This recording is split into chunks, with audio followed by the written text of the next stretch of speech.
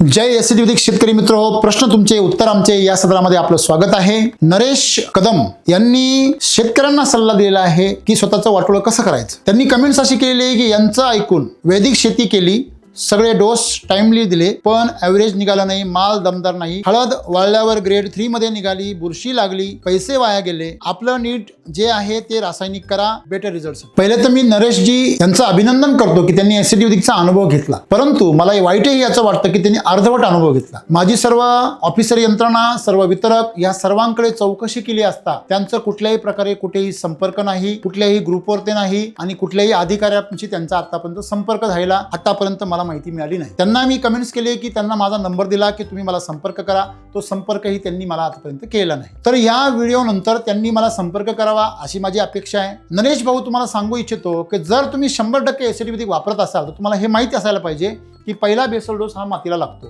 हळद ही मातीमध्ये येते आणि हळद ही औषधी वनस्पती आहे आणि म्हणून तिच्यासाठी माती सुपीक असणं अत्यंत गरजेचं आहे।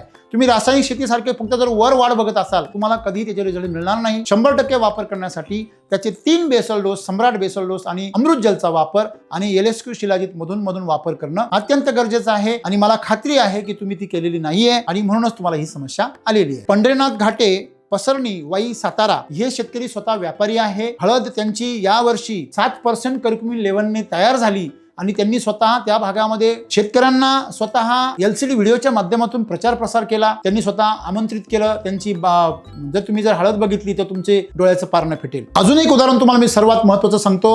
72 वर्षाचे चिंतामण पाटील, नरडाणा, तालुका शिरपूर, जिल्हा धुळे या शेतकऱ्यांनी पहिल्याच वर्षी एसटी वैदिकवर 3 एकर हळद केली आणि तिचे 10 लाख रुपये केले। त्याप्रमाणे त्यांचा एक स्वतःचा ब्रँड तयार झाला आणि आता ते सलग 3रं वर्ष यावर्षी आहे। त्यांनी हळद पिकवलेली आहे आणि ते अत्यंत खुश आहे। त्यांना त्यांची हळद कमी पडते विक्रीसाठी, एवढी त्यांच्या हळदीला मागणी आहे।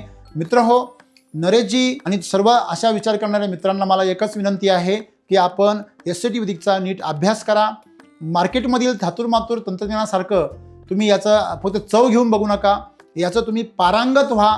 याच्यामध्ये 10 गुंठे, अर्धा एकर ह्याच्यामध्ये तुम्ही मार्गदर्शनाखाली सलग 1-2 वर्ष वापरा।